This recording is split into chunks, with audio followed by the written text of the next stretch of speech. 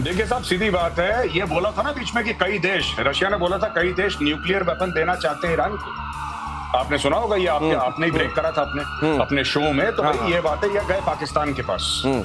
पाकिस्तान के पास बोला कि हमें एक न्यूक्लियर वेपन दे दो, चुपचाप एक दे दो, हम इजराइल को ठिकाने लगाना चाहते हैं। पाकिस्तान ने बोला हम उससे बेहतर हथियार देते हैं तुम्हें, ये लो कटोरा, इससे चंदा मांगते हैं तुम, इससे लो। अब ये देखिए, आपने कभी सोचा है दिनेश अपनी जिंदगी में, आपने इमेजिन करा है कि दो बड़े दुनिया के लीडर्स की हत्या करना कोई चाहे और खुलेआम पब्लिक से चंदा मांग, कोई 5 रुपए दे रहा है, कोई 10 रुपए दे रहा है, अपनी श्रद्धा अनुसार दे रहा है पैसे, और बोल रहा है कि इससे तुम नेतन्याहू पे हमला कर देना, ट्रंप पे।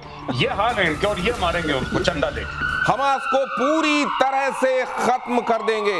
इजराइल का एक्शन तब तक जारी रहेगा जब तक सभी बंधकों को आजाद नहीं करा लिया जाता। अब सवाल यह है कि एक तरफ यह कहा जाना कि ये सीज फायर लागू है, दूसरी तरफ ये कहा जाना कि हमास्तान मिटा देंगे, हमास को मिटा देंगे। ये दोनों बातें कैसे एक साथ हो सकती हैं पीके श्रीवास्तव से? देखिए, दोनों बातें नहीं। आई थिंक ट्रम्प जो कह रहे थे 60 दिन का हम वो करेंगे, टाइम देते हैं। अगर आपने बात नहीं मानी हमास ने, तो इससे भी बदतर होगा। ये दोनों लोग एक ही पेज पर हैं। ये इधर से बम डाल रहे हैं, वो उधर से ट्वीट का बम डाल रहे हैं। दोनों मिला करके हमास को संकेत दिया जा रहा है। अब संकेत नहीं, बम दिया जा रहा है कि जो हमास अब सारे बंधकों को रिहा करे। एक बात और है दिनेश, अगर नेतन्याहू को सारे बंधक नहीं मिलते हैं और ये वॉर खत्म हो जाती है, सीज फायर हो जाता है, इलेक्शंस होते हैं, तो नेतन्याहू जनता को क्या जवाब देंगे? ये सारा जो हंगामा हुआ वो बंधकों को छुड़ाने के लिए हुआ था, हमास को खत्म करने के लिए हुआ था। ये दोनों ऑब्जेक्टिव्स कहाँ गए? ये दोनों ऑब्जेक्टिव्स कहाँ गए? और मेजर गौरव आर्य मेरे साथ जुड़ गए। मेजर गौरव आर्य, खबर जब तक आप जुड़ रहे थे मैं अपने दर्शकों को बता रहा था कि ना हमास रहेगा ना हमास्तान रहेगा, ये इजराइल ने तय कर दिया है। इजराइल ने इस बात को दोहराया है नेतन्याहू ने, और उधर सीज फायर वाली बात तो हम सुन ही रहे हैं ट्रंप के मुंह से। तो ये दोनों सच्चाइयां एक साथ कैसे एग्जिस्ट कर रही हैं? देखिए दिनेश, सबसे पहली बात, जो सीज फायर करा था उन्होंने ईरान से बात करी थी, और ये जो हमास वाला सीज फायर था बहुत पहले बात करी थी उन्होंने कि जब मैं आऊंगा तो 24 घंटे के अंदर सूरज जो है वो पश्चिम से उगना शुरू हो जाएगा। ये सब जो ट्रंप की पुरानी कहानियां थी। अब देखिए, नेतन्याहू नहीं रुक सकता है, तो मुझे ऐसा लगता है कि ये दो लोग हैं, ये सेम बातें कर रहे हैं। ये भी ट्रंप जो है, ट्रंप भली भांति परिचित है, क्योंकि यही ट्रंप था जिसने बोला था कि भाई गाजा के अंदर मैं रिवियरा बनाऊंगा और 5 स्टार होटल बनाऊंगा, और इन सब जितने भी पैलेस्टीनियंस को भगाओ, यहाँ से निकालो, इजिप्ट भेजो, जॉर्डन भेजो, जहां भेजना है भेजो। तो मुझे ऐसा लगता है they are hand in glove. Israel and US are on the same page. ये लोगों को दिखाने के लिए दुनिया में कि नहीं हम ऑब्जेक्ट कर रहे हैं, हम प्रोटेस्ट कर रहे हैं, लेकिन ऐसा कुछ भी नहीं। और मुझे ऐसा लगता है कि both of them are exactly on the same page. तो ये तो अब मुझे लगता है जिस तरीके से कार्गो उतर रहे हैं अमेरिका से आने वाले इजराइल में, और इजराइल ये स्पष्ट कर रहा है ना हमास रहेगा ना हमास्तान रहेगा, तो कर्नल साहब मुझे लगता है कि बाकी जो भी बचा हुआ है वो भी प्लेन हो जाएगा क्या अब गाजा में? जय हिंद, नमस्कार।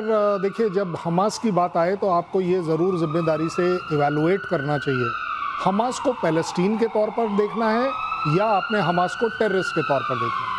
ये मेरा अपना आकलन है।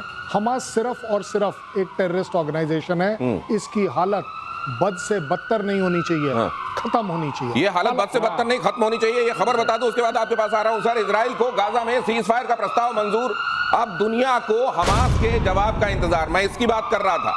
ट्रंप की चेतावनी, समझौता नहीं माना तो हालात बिगड़ेंगे। बहुत सारी चीजें हैं जो एक साथ चल रही हैं। अब इनमें से कौन सी वो बात होगी जो सच्चाई के तौर पर आपके सामने आएगी, जो हमारे दौर की, हमारे वक्त की हकीकत होगी? जो मुझे दिखाई दे रहा है राइटिंग ऑन द वॉल, जैसा अभी पीके श्रीवास्तव बता रहे थे आपको, कि ये असल में सिर्फ इस बात का नहीं है कि संकल्प क्या लिया गया है इजराइल की तरफ से, ये भी है कि अगर वो संकल्प उन्होंने पूरे नहीं किए तो अपनी जनता को चुनाव के समय जवाब क्या देंगे।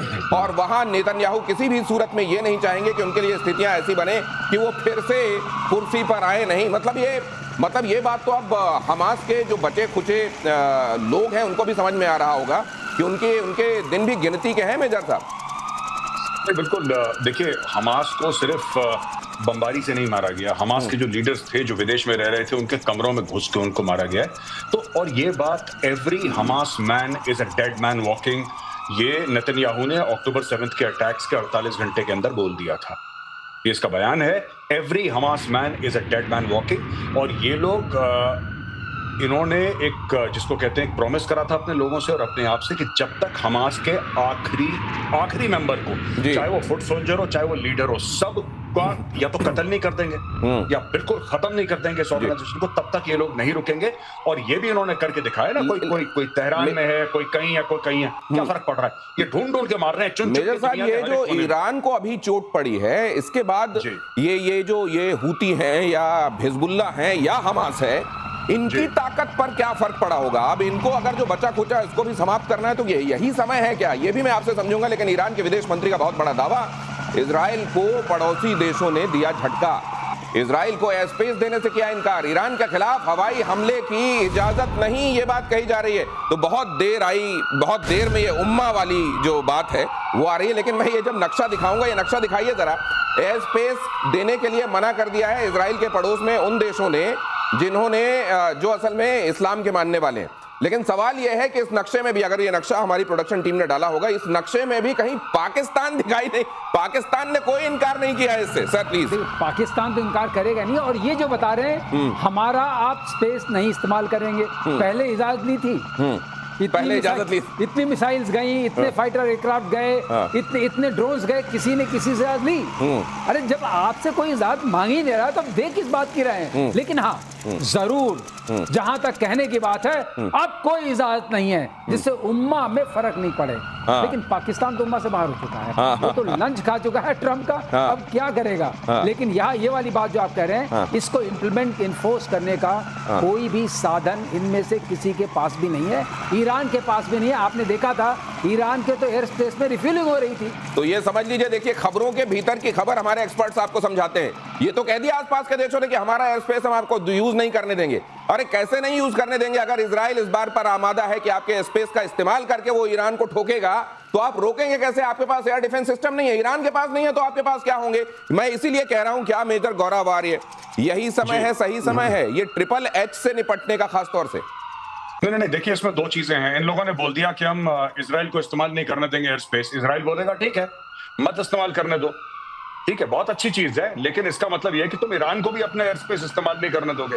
अच्छा, ऐसी बात है कि जब मिसाइल गिरती है तल अवीव पे, जेरूशलम में या बीरशेबा में, कहीं पर भी, तो वो तो या तो सऊदी अरब से आती हैं ऊपर, या इराक से आती हैं, या फिर आपके जॉर्डन से आती हैं, कहीं ना कहीं से तो आती हैं। डायरेक्टली ईरान से लेकर इजराइल जाने का कोई हवाई मार्ग तो है नहीं, ठीक है। तो ये तो बहुत अच्छी चीज है, इनसे बोलिए कि दोनों तरफ से इंप्लीमेंट कराएं।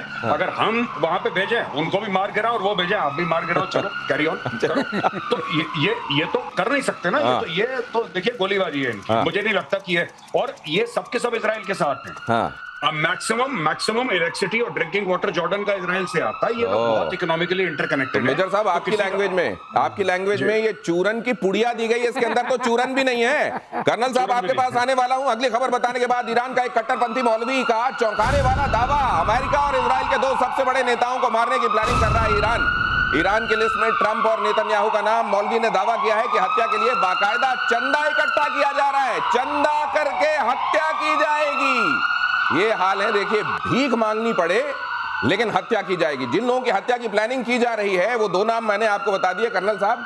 ये मंसूबे हैं कि ये मंसूबे पूरे भी होंगे? नहीं, आप गिनते रहिए, आप तैयारी करते रहिए, आप चंदा मांगते रहिए। उन्होंने तो आपके 60 बंदे टिका दिए। 60 लोगों को ऑफिशियली फ्यूनरल दिया गया है ईरान में। आप गिनते रहिए और ये गिनती बढ़ती रहेगी। ज्यादा बड़ी बात ये भी है कि अब अगर आपका कहना था आज तक कि ये टेररिज्म था इजराइल का, तो दैट मींस आज के बाद जिन दो को आप मारने वाले हो वो टेररिज्म नहीं है, वो बहुत भलाई का काम। तो ये कह रहे हैं कि उन्होंने तो टिका दिए 60, आप चंदा मांगते रहिए। लेकिन मेजर गौरव आर्य ने बहुत अच्छी बात कही थी अब से कुछ दिनों पहले कि देखिए, इसको नहीं कहना चाहिए कि ये फतवा है या मारने की कोशिश है, ये सुपारी किलिंग है, सुपारी किलिंग बाय बेगिंग। पहले चंदा मांगा जाएगा, फिर वो ये क्राउड फंडिंग के जरिए हत्या होते हमने पहली बार। मेजर गौरव आर्य, जरा और थोड़ा सा प्रकाश डालें प्लीज।